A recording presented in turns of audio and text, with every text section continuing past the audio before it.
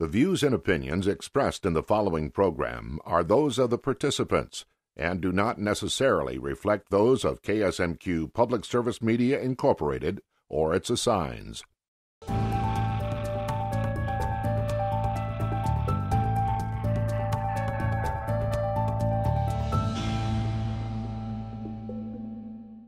Welcome to the Heart of the Matter. I'm your host, Stephanie Passingham. Illegal immigration. It's a hot-button topic that often raises tempers. Immigration policy, whether legal or illegal, is a massive web of connections between law enforcement, employers, international trade, humanitarian efforts, and philosophical and physical boundaries. On today's program, we present two perspectives on the issue which illustrate what's happening in our region. We begin with Ernesto Velez from Centro Campesino. Ernesto provides us with a picture of what brings illegal immigrants to our area and what their hopes and dreams are for the future.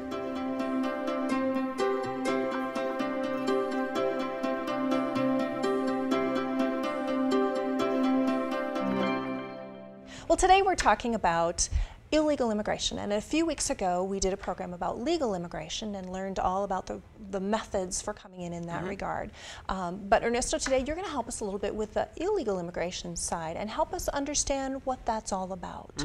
So when people talk about illegal immigration, a lot of times it raises some pretty strong emotions. Why is that? Why does that term really kind of get to some folks? Well, I don't think it's necessarily the whole sentence of illegal immigration. I think it has to do a lot more, I'm actually 100% sure it has to do with the single word of illegal, because it has a connotation, you know, and it adds, kind of creates baggage for the people who are labeled with that.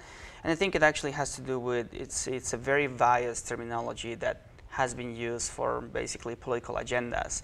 And I think that it also has kind of a historical trend.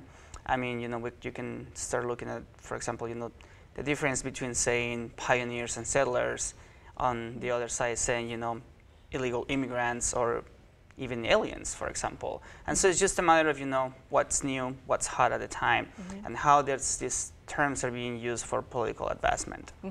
And you're right, alien does that mean exactly the same as illegal, or does that simply mean someone who was born somewhere else? Well, you know, I think that's a very, also kind of like a very foolish term in a way. I mean, it does sound kind of funny. Yes, it does. But I mean, you know, if you put it in perspective, for example, for some people who are familiar with this type of topic, you know, we're able to, in a way, defend why someone should not be called an alien, right? Because we're all humans after all, regardless of what country we come from. But I did the kind of like the child test of it, right? And if you say, you know, do you think there's illegal aliens, and kids think aliens, you know, someone from outer space. Right. So I think it's a little bit of also, you know, a way, it's a way of putting a connotation to a certain group of people. And I think they specifically do it with the goal of dehumanizing the issue. Because then, you know, when you present it in the news or, you know, in different media outlets, if you say illegal aliens, people don't identify that, or they don't see the connection that we're talking about human beings. A lot of times I've heard the term undocumented. Is that a term that is preferred then? When you talk about dehumanizing this issue, what makes it more human? What term do you think is the best one to use to refer to the population that that is here kind of without the benefit of some kind of documentation? Yes, and you know, then you get into a little bit of semantics, but undocumented, unauthorized worker, usually it's kind of like the most preferred term. I mean, it does have more of a sense. You know, there are people who are here, happen to not have the proper documents to, you know, carry out some of their everyday lives, or, you know, they're here but they don't have the authorization to be here. So in, you know, if it comes to that, and if you ask me personally, I would prefer either one of the two. Let's get a picture of what these undocumented workers, what they look like. Are they families that come in? Are they single people? You know, what brings them to our area? And as much as you can talk about our region without, of course, sharing any confidences of families that are using your organization for help. So give us a picture of what does it look like? Well, Stephanie, actually, you know, it's pretty interesting because we don't have to really go anywhere else to look for these answers. We have it in our history books, we have it in our historical societies, and nothing really has changed. You know, I mean, this country, as most of us will know, was built by immigrants. You know, forefathers, the founding fathers, you know, they all came from or migrating from different countries, and they were all looking for the same thing. Even, you know, when we talk about the pioneers of the West or the settlers of the West, including, for example, Austin Nichols, which is, you know, basically the founder of the city of Austin. He was a immigrant in a way. He was a trapper. He was the first one here, and then, you know, the city was named after him. So nothing really has changed. I mean, it's the same trend. Families keep on moving, you know, where the resources are. They're looking for the same thing, you know, political freedom, economical freedom, independence. And most of the time, you know, of course, they want to find a way to secure a brighter future for themselves and for their families. Is there typically an instance where there's one family member who kind of strikes out and finds, kind of like the pioneers did, one goes out and tries to find a good community where there are jobs and places to live and services available, and then the rest of the family comes? Is that how it works? Yes, it must. In some of the cases, yes. You know, for example, usually the father will be the one that, you know, like you said, like the pioneers, goes on adventures into an unknown land. You know, I mean, it's a completely different country, it's a completely different culture, it's a completely different language. Even the cuisine is completely different. And so, yeah, they're the ones that go explore once they settle, you know, and they have the ways and means, or, you know, they find a way to bring their family. That's how, you know, they get reunited. Let's talk about employers a little bit. There are many jobs in our region that are attractive to a population that is willing to work hard and do jobs that some folks are not as interested in. Do you place the responsibility of the growth of the illegal population on employers at all? Yes and no, because I mean, it's kind of like a layered question. And one of the things I always like to say is that, for example, you know, these employers, it's a relationship, it's almost like an abusive relationship between the employers, the type of industry that it is, that most of the times tends to be the food industry. And then, you know, the type of immigrants that we're getting, but also, you know, the overall US population. We have been, in a way, kind of like been accustomed, we have the bad habit, I should say, that most of our food is extremely cheap.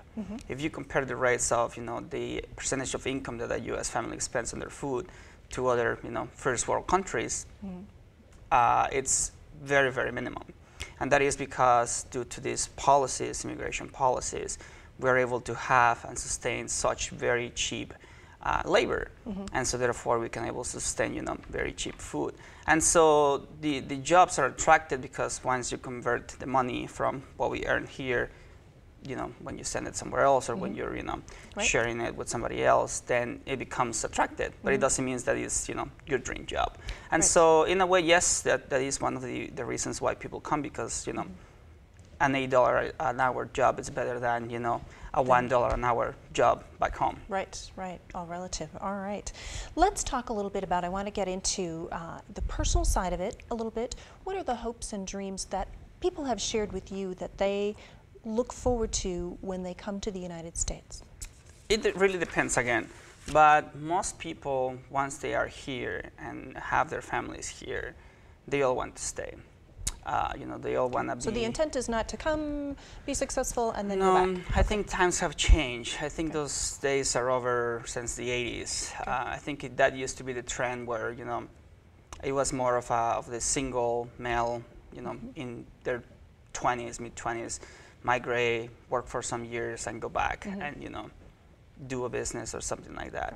But now, since, you know, migration and immigration specifically has become a family issue, most people are here, and they want to make sure that not only they are doing their part, but they want to make sure that their, you know, kids or, you know, the next generations are going to have that opportunity to participate. Most of the time, they will want to find a way to, you know, change their status. They want to find a way to secure that they can, you know, be civically engaged. They do want to find a way to be more, you know, involved in the overall community affairs. And that kind of brings us to the crux of what appears to be the current conversation. Is you have this population of undocumented folks that are here. They want to become citizens, but there's another side that says, you know what, you didn't come in the right way, so we want to send you back, or we want to penalize you in some way. Of all of the reform initiatives that are out there that talk about this population, what's going to be most effective? I don't think I have the solution. I wish I could say that, but one of the issues that we always see when someone proposes an immigration reform bill, actually, for example, even saying immigration reform, that tells you that nothing is getting really fixed. We're using what we have and we're reforming it to make it a little bit better. And so I think it needs really an overall comprehensive, look at every single layer and stage that we can start not only addressing the issues that we have internally, but also address the issues that we have externally. One of the things that definitely needs to be looked at is, for example, we already have, there's numbers thrown out there. The last one that I heard was over 12 million people that are unauthorized to be here. I think that's a very low number. Okay. Because I remember back in 2004, we were talking already 20 million. And so, you already have this population here. And you have to be able to address their issues and needs in the most effective way, because there are people who have already been working. Most likely they have homes, they have cars, they have kids, they go to schools. And so why would you want to waste, all of those resources and all of that, human capacity and, kick them out or self-deportation as someone proposed, when you can, find a way to make it work for everyone. It works out for the economy. It works out for, the educational system. It works out for, our political, kind of like a political system as well too, integrated, 12 million votes in a democracy. It's probably ideal. And so then, you start to look at exactly what others propose. There has to be some kind of enforcement. I do agree that there has to be some kind of enforcement. It's just a matter of how it's applied and, how humane it is as also. All right, Ernesto, thank you so much for helping to shed some light on the subject for us today. Thank you for having me.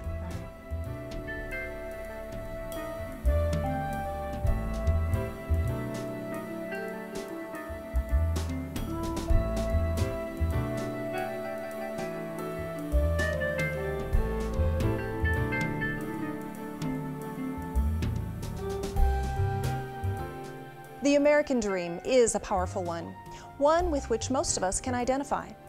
Coming up next, Ruthie Hendricks from Minnesotans Seeking Immigration Reform shares why having firm rules for immigration is just one way to ensure the American dream is still possible.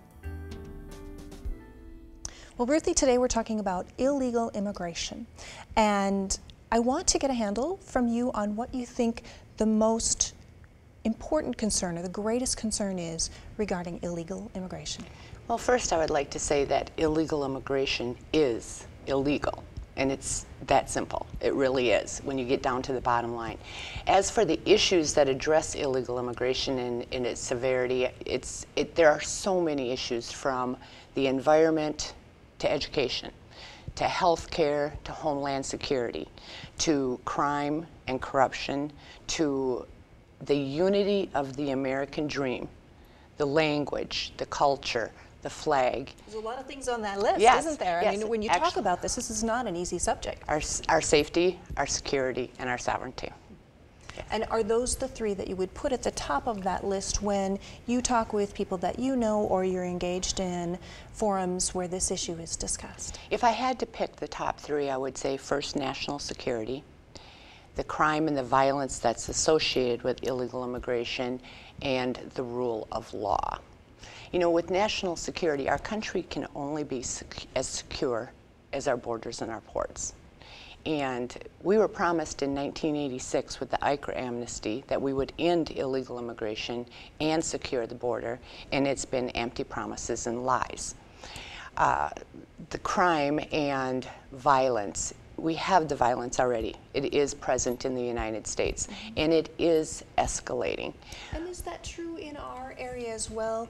Southern Minnesota, northern Iowa, do the statistics hold up to reflect that as well as the national picture? Because you typically hear some of those big headlines. Yes, it is, and it's across the nation. It's not just states that have the heavier influx of illegal immigrants, or aliens is what I refer to them as. It is mainstream. It is in every community in the country.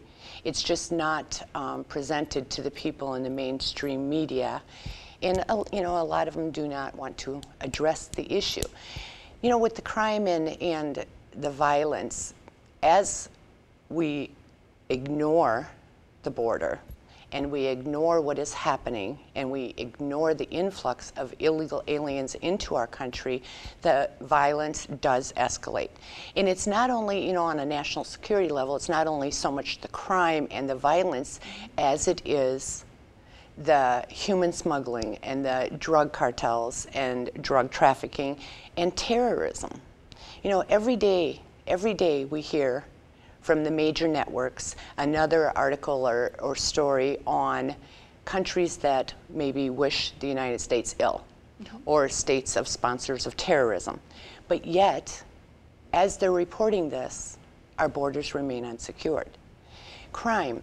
You know, I think the thing that drives me mad with crime is the victims.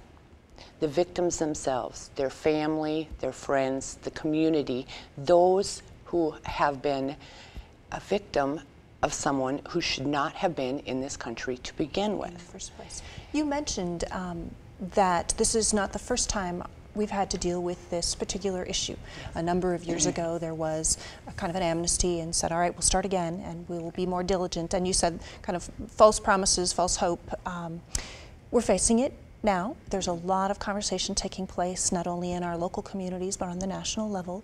What are some of the solutions that you and your organization think will work best to address this problem? Well, first, we must secure the border. We cannot address the issue of illegal immigration until we stop the flow. It's like trying to empty a rowboat that's taking on water, but you do not fix the hole. So border security is utmost. Then what we need to do is enforce our immigration laws. We have laws on the books and they are not being enforced. We have to take away the incentives that are bringing them here. It is illegal to hire someone who is an illegal alien. However, we see continued states trying to enforce e-verify laws. I think it's sad that we have to make yet another law to enforce the laws that are there. So some of the responsibility is on those that are already here recruiting others to come, whether it's an employer or family members or, so we talk a little bit about push and pull factors in a previous conversation, and you're saying pull is just as important to address here at home. Okay. For example, e-verify that is implemented in many states, or being addressed currently in many states, tells the employer that they have to verify the applicant, the employee, to make sure that they are legally eligible to work in the United States. You know, and we hear a lot of the farm workers and the crops and how they can't do this and the seasonal employment. But my question would be this, and it just goes to show how illegal immigration is just furthered by the lawlessness, for example. Why is it that an employer, to improve his bottom line, is allowed to break the law? It's very simple. Again, it comes back to the law. And, you know, many will say that, well, you're just taking an uncompassionate approach. First of all, illegal immigration, there is nothing racist or heartless in asking for our laws to be enforced. We are asking to be a law-abiding nation. And we're talking about law enforcement, which is an arm of government. So that's one key component that you're saying is so important in this issue. What are the other roles of other levels of government, whether it's city, county, state, federal? What is their responsibility in this issue? You know, is it each state passing their own laws, as some states have chosen to do? Is this really a federal issue? Where do you come out on that one? I believe that it is the role of all government, municipalities, federal, state, and local, to one, enforce the laws on the books.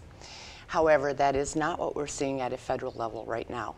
We have prosecutorial discretion being administered by the federal government, which in layman's terms, is nothing more than backdoor amnesty by selective enforcement. Okay. If the federal government will not step up to the plate and enforce the law of the nation, then I believe it is the state's responsibility via state rights to do so. And is there any conversation that you think has promise in your regard, whether in Minnesota or Iowa, that you've seen? Well, you know, there's been legislation that's been processed. You know, it's not been as active or as in the media maybe as SB 1070 in Arizona, which is headed to the Supreme Court. But we are trying to, Minnesota legislature has addressed sanctuary policy. Minnesota legislature is currently trying to approach voter ID and fraud. Okay. We are, you know, looking at the driver's license and the fraudulent documents, but until we really get serious and just enforce the laws that are on the books or change them. And time again, the American people have said no to amnesty.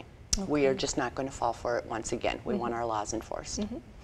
Some folks will say that folks that are here, whether they're here illegally or not, are part of our social network, they're part of our employment picture, they're being productive citizens, whether they actually have legal eligibility or not, and they're pursuing the American dream, which is what many of us also do. What's your response to that?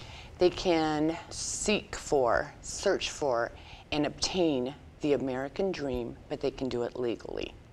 It is a slap in the face to every legal resident in this country that followed the rules and came here the right way, and those 4 million plus that are on the waiting list now attempting to come and share in the American dream.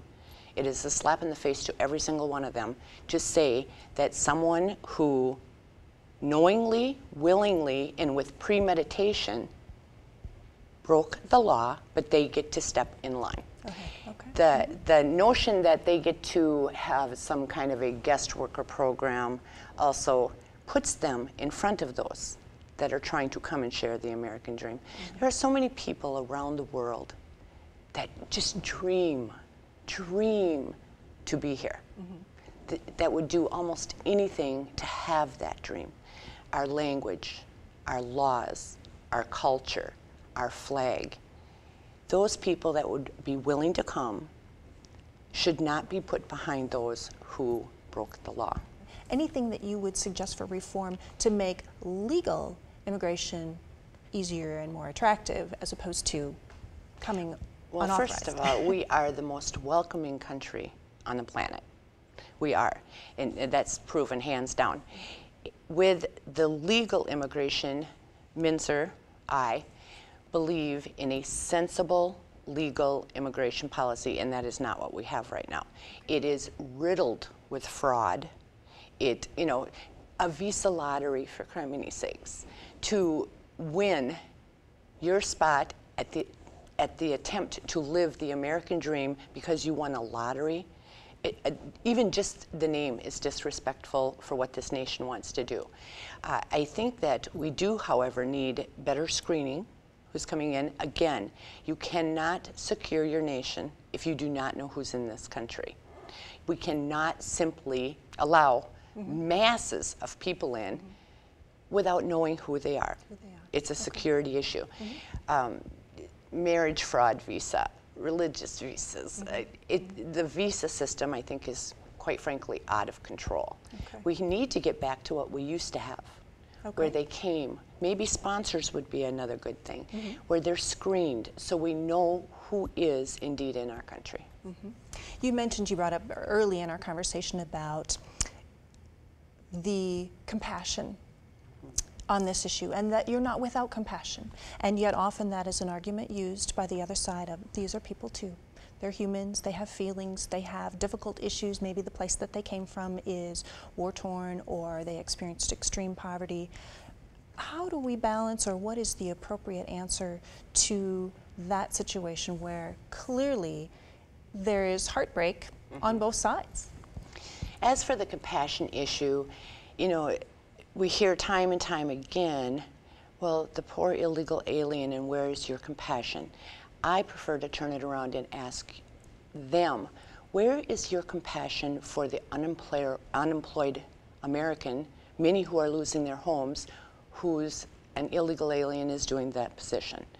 Where is your compassion for the victims at the hands of illegal immigration, because we do not have control of this?